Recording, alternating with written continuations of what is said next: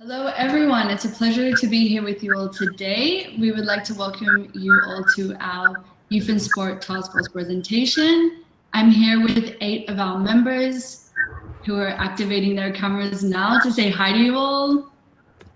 Firstly, we'd like to thank the Generation Amazing team for preparing this wonderful event. It's such a great opportunity to share with you all. And I'm extremely thankful to the UNESCO Doha office for all your support. So we will get straight into it because we only have 45 minutes with you today. So we will be sharing a presentation between us and you will hear concrete examples from each of the members of what they've been up to during this time. Okay, here we go.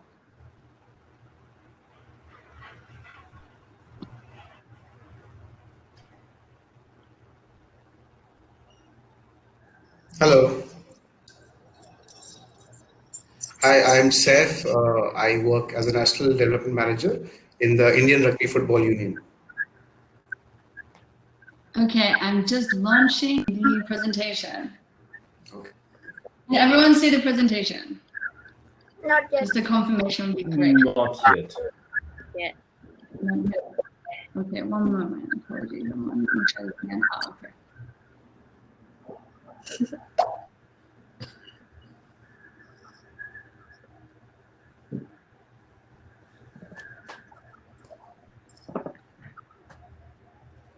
Okay, I am unable to share my screen again.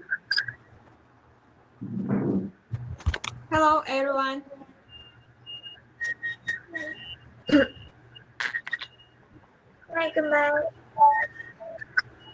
Okay, because I'm unable to share my screen immediately, maybe we just go through and everyone can introduce themselves quickly. Beginning with Saif.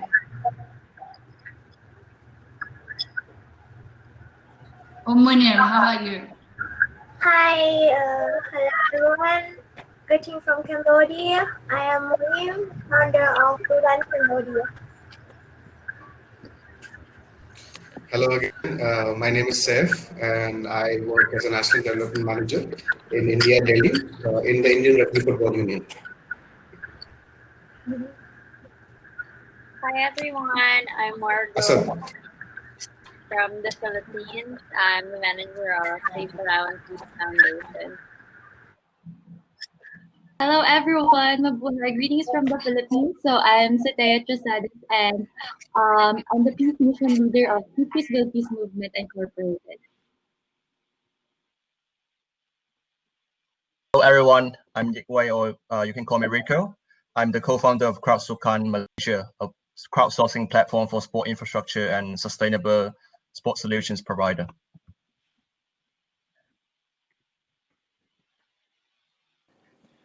Hi everyone, I'm from the ASA Foundation Cambodia. I'm a yoga instructor.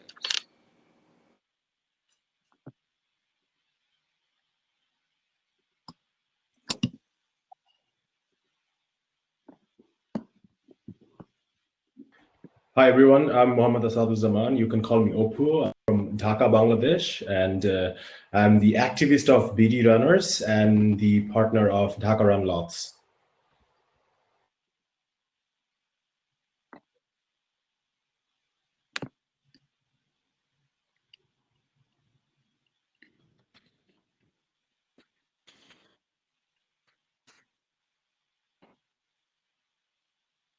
Okay, we're just trying to resolve a minor tech issue, which has to do with the amount of people. I'm going to ask Kimba, would you mind just signing out because I think we're having some issue with your screen. Would you mind just signing out temporarily so I can load this and then we'll bring you back? I don't understand. Do you hear me right now? We can hear you already, Kimbat.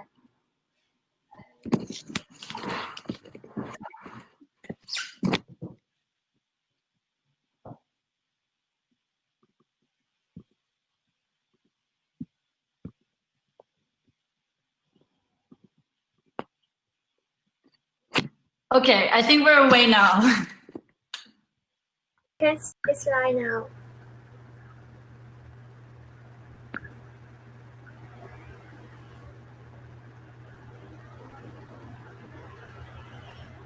Okay, so starting again, it is a pleasure for us to welcome you to our presentation today. We are the Youth and Sport Task Force.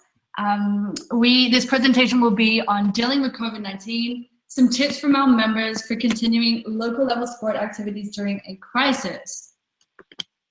I am Caroline Baxter-Chasais. I'm the founder of youthandsport.org. I'm also a consultant to UNESCO, and I work on youth and sport activities.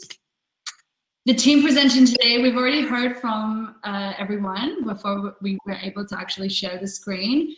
But here you can see a little bit of the diversity of our members and their programs that they represent.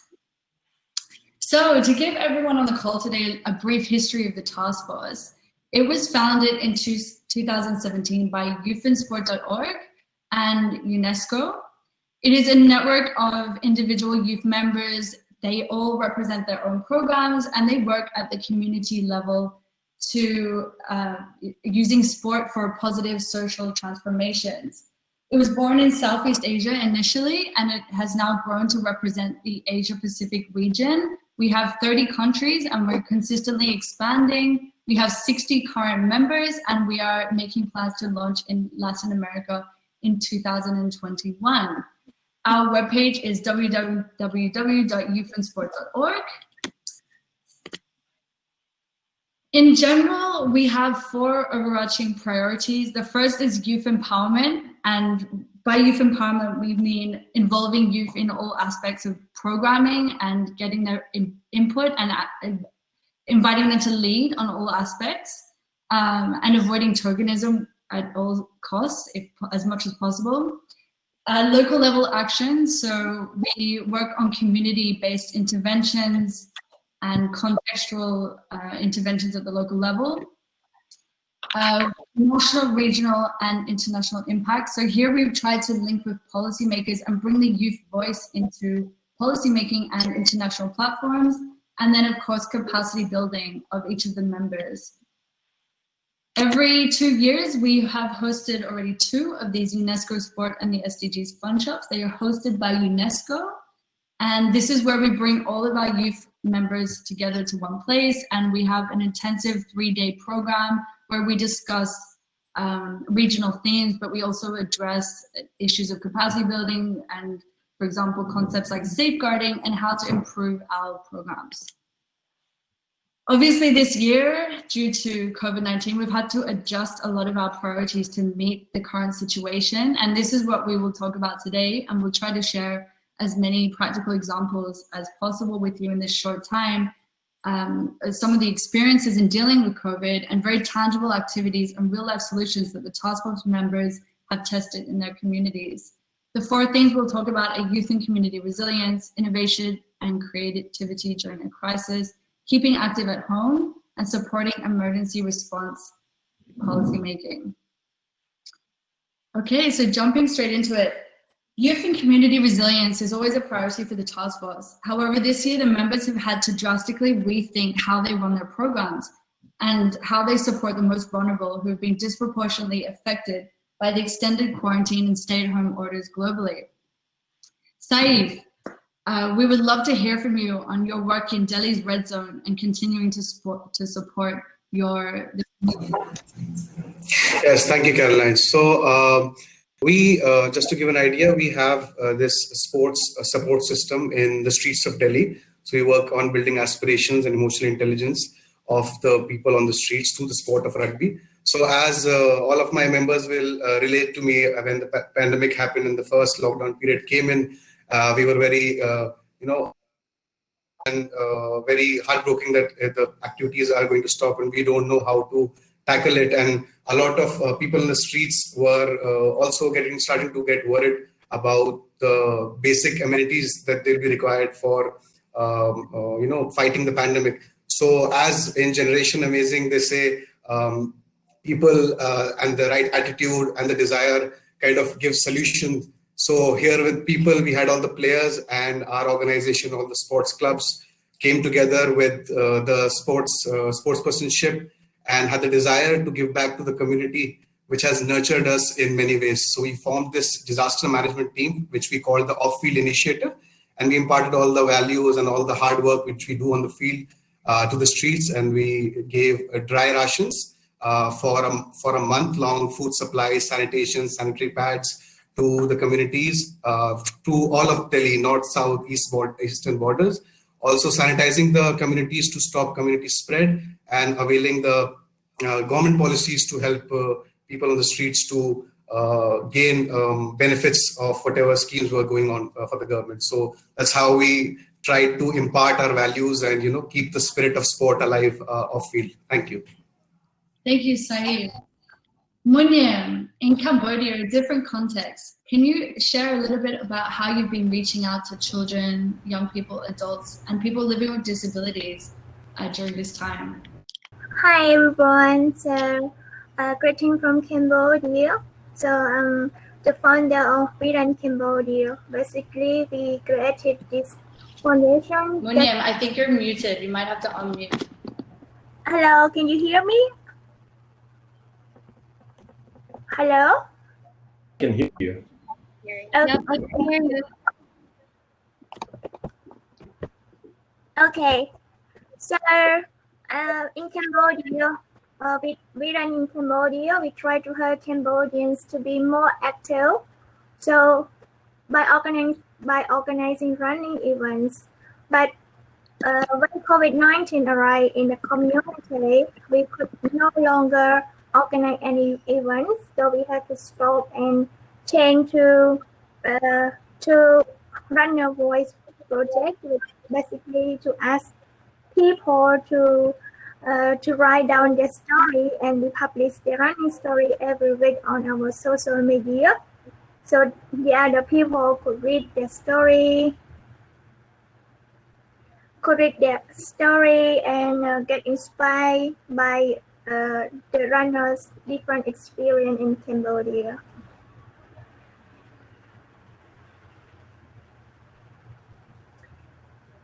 Yes, that's all from me, Caroline.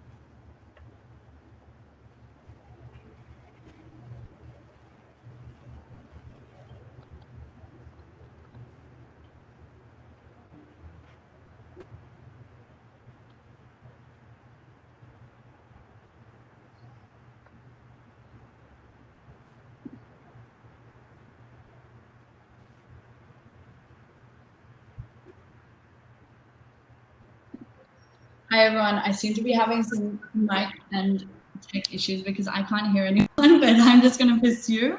I don't think anyone can hear me either. So I can. Now. So, Margot, you've been doing some amazing work with your community, and so other people you've been working with going on in the Philippines, and some of these amazing COVID kits that you've put together, please.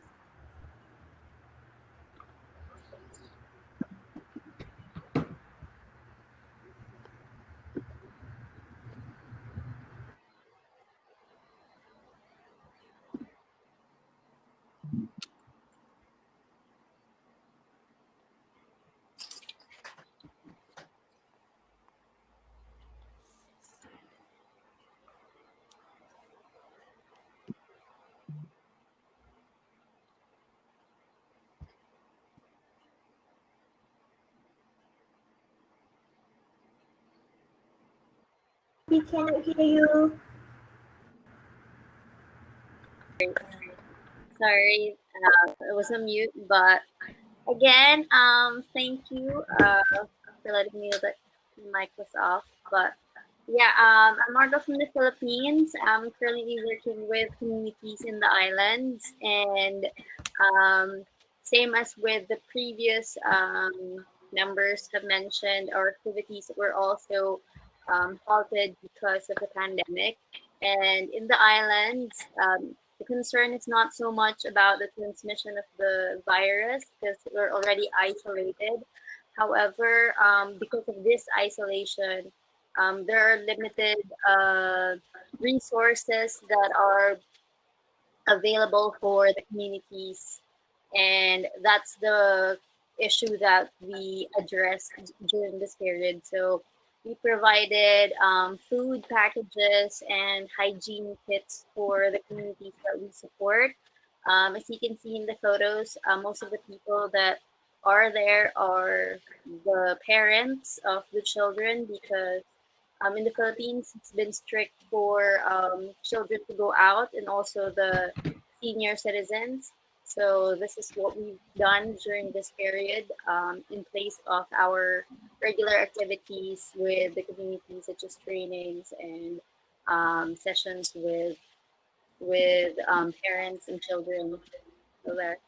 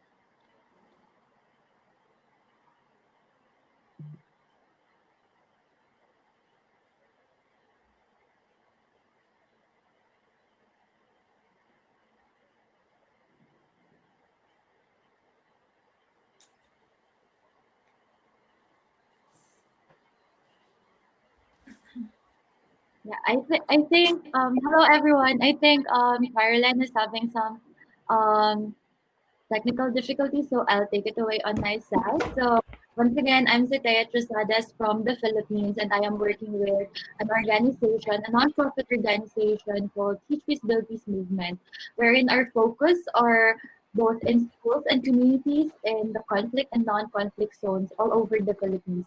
And in teaching peace education, we use different creative and innovative strategies. Um, but with the pandemic that is happening right now, there is a real need to stay at home. And our organization recognizes that one of the challenges that we're facing is to continue our programs even though we are in the state of being in the lockdown. So we cannot implement a real face-to-face or uh, face-to-face basis activities now, such as like games and sports or schools and communities. And that is why we pivoted our organization's activities online or in the digital platform. So last June, an example of which is like last June, we launched this what we call the Peace Hero Kids TV, which is an online peace education program wherein children can learn about the heart of peace heroism and experience the culture of peace. So this program was intently designed for grades 3 to 6 learners, but recognizing a wider reach as we uploaded it on the Facebook and the YouTube channel. So um, and also, one of the programs that we're running right now is what we call the Cyber Peace. So this is all about creating a peaceful internet together. So this is in partnership and co-implemented by the Digital Philippines. And this partnership started even before the pandemic happened. But with the existing realities right now and the challenges that we have, we need to transform or to reconduct again or to reassess again our initial plan. So this was to train volunteers and also children online. So we conduct webinars, and also we are in collaboration with some influencers, artists, and YouTube creators and bloggers for the creation of the creative content. And I think that's on my part. Yeah, thank you. Thank you so much, Sophia. Okay, so while I move into the next session, apparently I can't get my presentation up because we have too many speakers, so we're going to get around that. Okay, so now to talk about innovation and creativity during a crisis. So because of all the new restrictions, our members have found opportunities to become more creative and innovative, and they've found unique ways to adapt and to come up with new solutions to the new reality. Kimbat, could you share a little bit about these new cheerleading mats that you have developed with your organization and how to make a social distancing? Yes. Do you hear me? How is connection? Yeah, I can hear you. Perfect. Hello, everyone. My name is Kumbat. I'm director in Kazakhstan National Cheerleading Federation. And today I would like to tell you about the project that we have created. Unfortunately, we haven't events this year, so all studies in my country only online, and we had to adapt to the new reality. So we created a new project, Sports in One Square, with the use of a sports mat. And our aim is to make sports popular during the COVID-19, even if you are at home. So we have created a platform where we have special video classes where children can learn how to do sports. For this, they only need a smartphone or computer, and each participant in our project, they have a mat at their homes. And also we have a few levels of combinations of steps and jumps, and develops not only muscle activity, but also mental activity. Develops coordination, thinking, logic, and musicality. So during the 4 months, we have 83,000 people who is interested in this project. And now we have 205 schools in Kazakhstan who took the part in this course. So the success of this course is that it is fun and easy, because you just need to repeat after video classes on YouTube platform. And it's very useful to the physical education teachers because they can control their children by Zoom platform. And also we organize online competitions for cheerleaders by this program too. So that's our project. Thank you for your attention.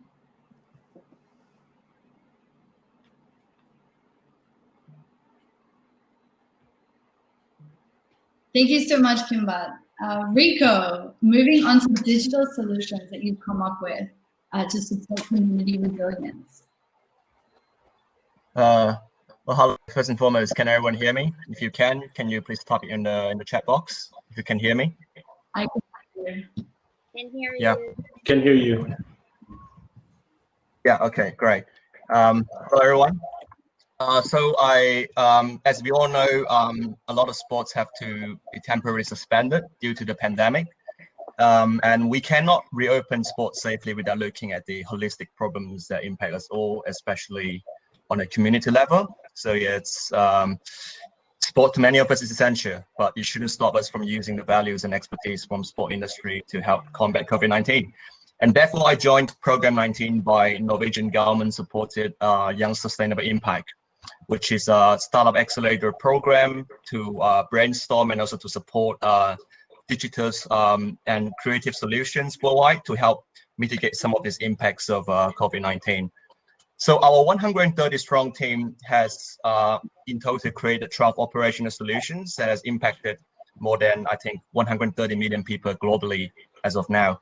So our solutions range from eco-friendly masks, safer aerosol box for the incubation period for the healthcare workers, data protection-friendly digital apps for a lot of privacy believers in the world to self-opt to key in their own data that can be shared with the authorities when necessary.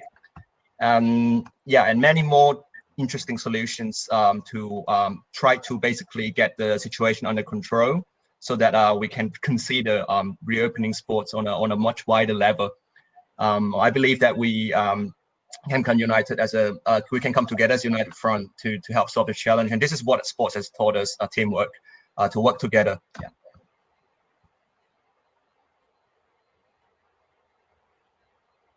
Thank you so much, Rico. I'm just managing to share my screen back. Now it's okay. William, so you have an amazing new project with UNESCO. They're giving you a small grant specifically to develop guidelines on physical activity in Cambodia. If you wouldn't mind sharing with our audience on that, that would be excellent, please. Yes, hello everyone again. So we are very excited here in Cambodia to kick off the project to develop for the first time in Cambodia the guidebook. William, I think you're muted. I'm talking. Can you hear me? Yes. I can hear. All right. Okay. So let me. So with regard to the project with the UNESCO that we just win the grant to develop the physical activity for health for Cambodians for the first time. It's the first time also that we are going to write the recommendation of physical activity for all the people, I mean at all age, including children, young people, older people, people with chronic disease or NCDs, and disabled people. So different people have different recommendation of physical activity. That means what kind of physical activity that they can do to benefit for their health according to their condition or health, according to their age, and how often they're gonna do, and what intensity, etc. So we are going to work with different stakeholders and sport institutions in Cambodia, and also at the end with policymakers, especially the Ministry of Education and Sport in Cambodia, because we would like to make this guideline as the national guideline, so everyone could use it as the reference in order to do the appropriate physical activity for the health. And we're going to write in Khmer language so everyone could read and could practice at home, even during the COVID-19. Thank you. Thank you so much, William. And Nit in Cambodia, you're also doing some really interesting things when physical space is challenging, especially with all the restrictions. In Cambodia, you're taken to the streets. Can you share a little bit about what you're doing in Phnom Penh, please? Okay, thank you so much, Caroline. And do you hear me well, right? Yes, I hear you well. Okay, thank you so much. So during the ASA Foundation Cambodia is the non-profit organization that we promote peace, building, and cross-cultural communication through yoga and the arts, supported by nonviolent communication, youth leadership, and the other related methodologies. And during the COVID pandemics, we closed our studio in the cities for 5 months in early March till July. And during we closed the studio, it's turned out we initiate a new project that we collaborate with the Friends photographer and the ASA Foundation teams. And the project was inspired by New York-based photographer, which they designs the project's names done as art, and we turn out it yoga as art. And you know, it is the first time ever that Cambodia capital C yoga flow from studio to street. And the project aims to promote peace and raising awareness on health and well-being through practicing yoga. And our project, we sorting the picture on the street and in 8 different places in the city, which reflect the whole city. We explore, we sort the picture in developed area, we sort the picture in the slum area, and you know, like in construction areas as well, like many area that we've been through, and we explore. And you know, like, and many people interested in this kind of things, yoga and sports as well, and they start to approach us and, you know, to discuss. Even during the COVID pandemic, we want to show them that even during this crisis, we still can do sport even at homes, even on streets as well, but keep safety like that. Thank you so much. Thank you so much for that. Okay, so now we'll go back to the Philippines, and Margot has been creating equipment out of recycled materials at home with her colleagues from some of her programs that she's doing. Margot, can you share a bit about that? And I will try to go back into the presentation, but you should be able to see Margot there in her video. Thank you. Hi everyone, I'm back.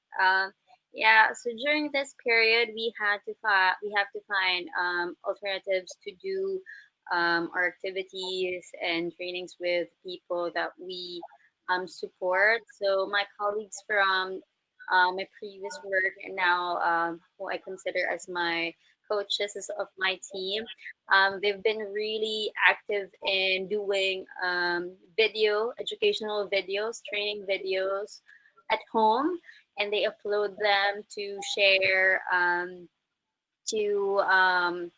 online. So it's really a good way to share to the children, because actually most of the kids that they've been training are online and have access to internet. But the only thing about this one is, of course, at home, these children don't have the equipment as they do when they do the sessions together with the organization. So for this one, what they did was they also taught they did a training, or sorry, not a training, but instructional video on how to make footballs out of recycled materials such as paper, tape, or whatever they have at home, and they use like their baskets as their goals. So these types of things that they can do at home, at least they can stay active and do play at the comfort and safety of their homes. And also part of the COVID response was doing educational videos on hygiene. So the other video is about like washing hands and yeah, just these things to entertain. But of course, for this one, not everyone has access to the internet, so it's still very selective on who they can impact with this type of activity. So it's still different to have face-to-face training sessions with the communities. So that's what I think about that. Margot, thank you so much. Again, it's so inspiring to see all the creative and innovative things that you've come up with this year when faced with these barriers to participation in sport. And as a grassroots network that relies heavily on local activities and actually promotes physical activity for health and well-being, many of our members have been leaders in their countries and their communities to keep people active during the lockdowns. I'd like to invite Opal, who has been part of his network, and they have created a way to launch virtual marathons, and they've raised quite a bit of money in just a few days to do this in Bangladesh. Opal, please share with us. Thank you, Caroline. Hi, guys. So basically, just to give you an idea, in Bangladesh, like BD Donors is the running community, is the largest running community in Bangladesh. So we have a lot of activities going around the whole country, but we also have like physical activities. But due to COVID, we kind of had to stop everything just after the pandemic started in different countries. Before the government started initiating, we found that like we should go and have this initiative done so that the entire country, at least the sports, and through that the contamination does not get like, viral or so. So then we had taken this initiative and stopped the physical activities. And after that, after the pandemic started, the country was going through huge, a lot of people lost their jobs and everything. So we had to come up with an idea, and also like how we can relate sports and how we can help the country also. So, and then we decided to launch this Run to Give initiative program, through which like people or the runner from the community could run and I mean, from their running, part of the money which was like raised for the, I mean, in the fund, and that was given to the COVID victims. So we all in 1 week, I think we raised more than $5,000.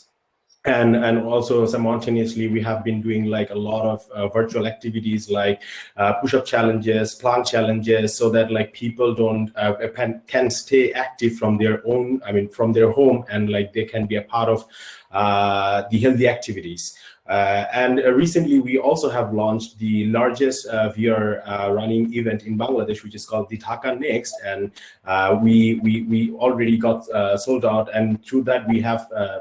To be honest, like the way we planned it, like we also planned it the way we can help the manufacturer. A lot of people depends on this events. So we thought of like coming up with something like this so that we can help the entire ecosystem and the community people, and also stay everyone alive in this crisis situation.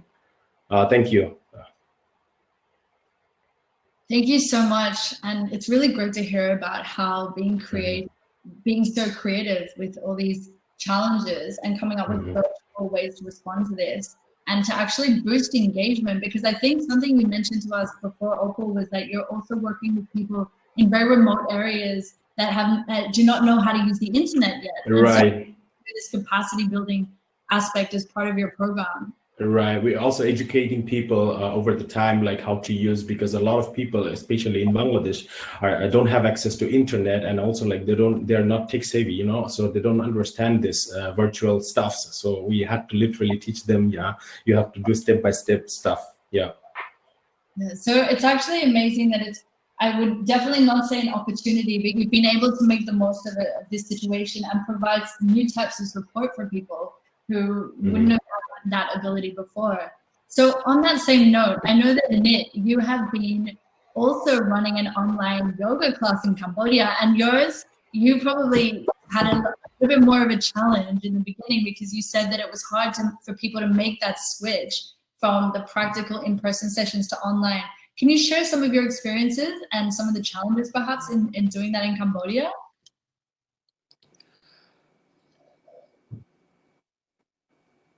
Okay, thank you so much, Caroline, again. And as mentioned earlier about the yoga as art project that we initiate, and it's turned out we produced the 2021 calendars as well, which is like fine arts print and pre-order. And actually, I already shared the links that. Actually it is a part of fundraising to support the foundations as well, and we try to promote through any ways, so many ways that we try to approach to the people to see the value, to see how the sport, especially yoga, support them by the way. And during the pandemic, we provided the online class in the Facebook page. We live in our Facebook page.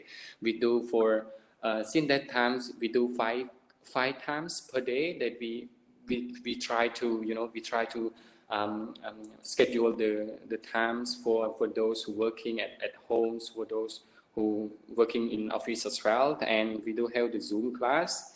And because the ASA Foundation, we are the member of the United Nations Youth Advisory Panel in Cambodia, hosted by the UNFPA. So we collaborate with the UNDP and the other partners to provide the yoga for mental health as well. We do Facebook Lives. We provide them the recommendation. We provide them like consultations in terms of mental things, and encourage them during the crisis time. We encourage them to practice, and we with us, we try to consult with them, give them some feedback, comments, and advice to keep them active during pandemics. Okay, and this is what the ASA have done so far during the pandemic, and we still keep doing this on the Facebook Live and Zooms with our partners as well. Thank you so much. Thank you. And we should be able to see some of that here. I'm just trying to find, there we go. So now we have you can have a look at some of the virtual yoga in Cambodia and what it looks like and how people log in. And this is an emerging activity for UNIT, right? So you expect that it's going to become more popular as time goes on, but it's all about making people aware and helping people to adapt to the new reality, right? Yes, of course. Thank you so much. So finally, to move on to the last segment, and then we'll try to get to a few of the questions from our audience. So finally, during times of crisis, policies can quickly become out of date. And often policymakers need to quickly adapt to the emerging realities. The task force advocates for youth involvement in policymaking as much as possible, and in a real meaningful way. So not just a seat at the table, but actually giving importance to the youth members' participation in that process, as well as the importance of sport for sustainable development. And we try to promote sport as a fundamental human right, which aligns with UNESCO's values as well, being the organization recognized by the first organization ever to actually declare sport as a human right in the Declaration of Sport. If we talk about supporting emergency response to policymaking, Soteya, I'm just trying to see if you're still there. Oh yeah, you are there, perfect, because I saw you talking about it. Soteya, can you share on this great new partnership with the Philippines Department of Education?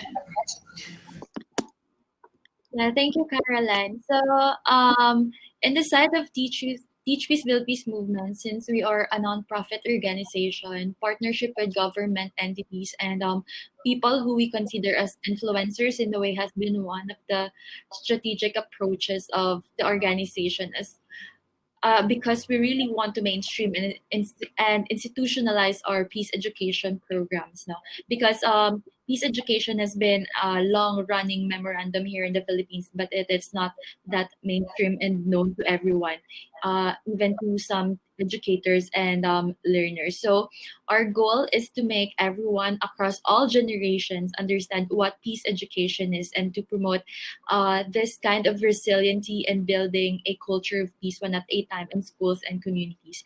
And in line with what is happening right now, we had this partnership with the Department of Education.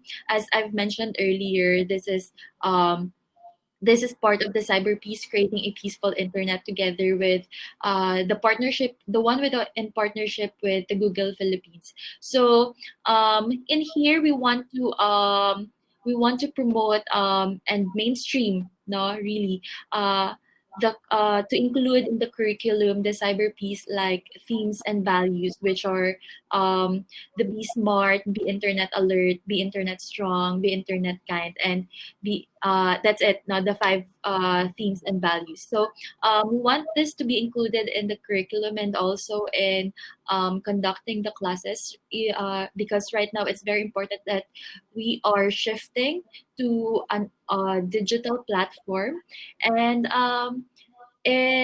to complement this, we are also creating and crafting animation series and spoken word poetries, which are tailor-fitted into the learners. Like the spoken word poetries are tailor-fit for the grade 7 to grade 12, and then the animation series. So these are like the cartoonish ones. So these are tailor-fitted for the grades 4 to grade 6. So we do this in hand with the Department of Education here in the Philippines, and we're planning to launch this next year.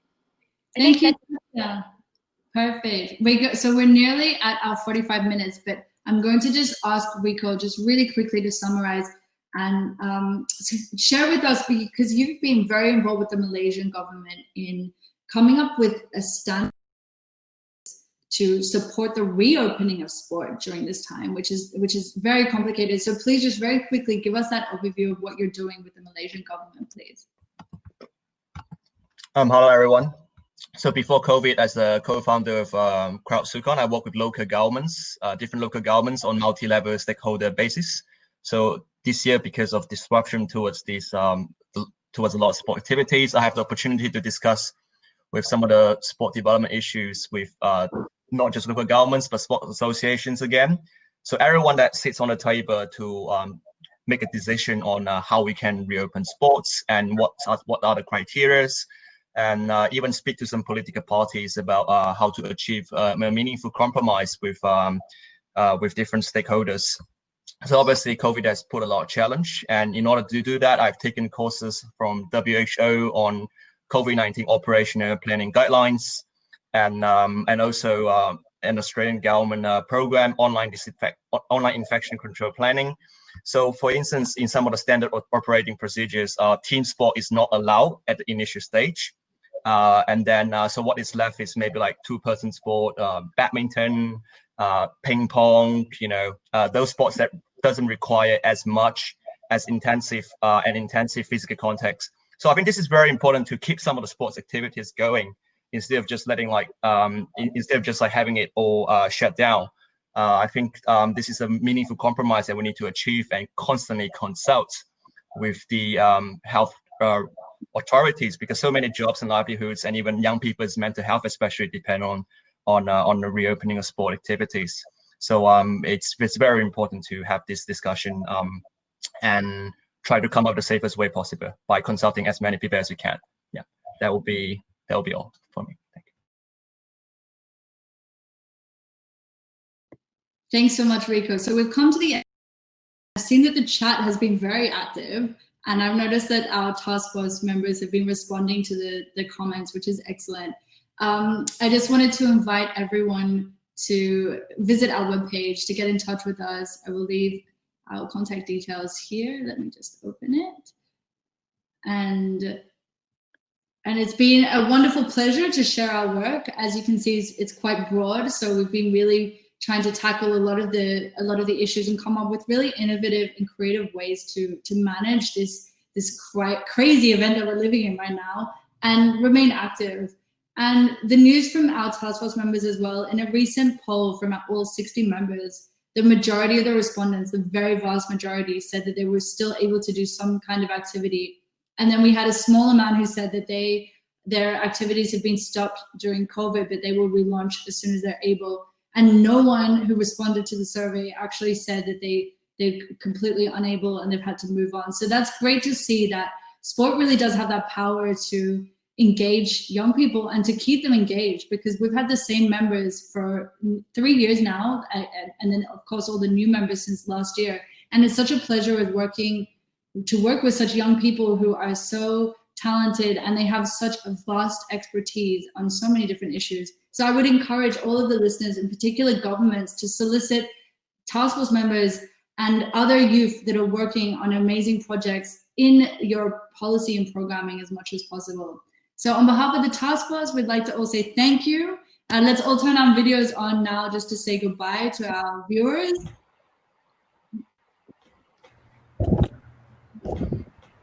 Thank you so much. It was a pleasure again. Thank you, Jenna, for moving. We're so happy to be here, and apologies for the initial issues, but I think we managed to resolve them. Yeah. Kimbat wasn't able to stand, but she's here as well. Thank you. Thank you. And thank you, Ahmed, for so many questions. Bye. Bye.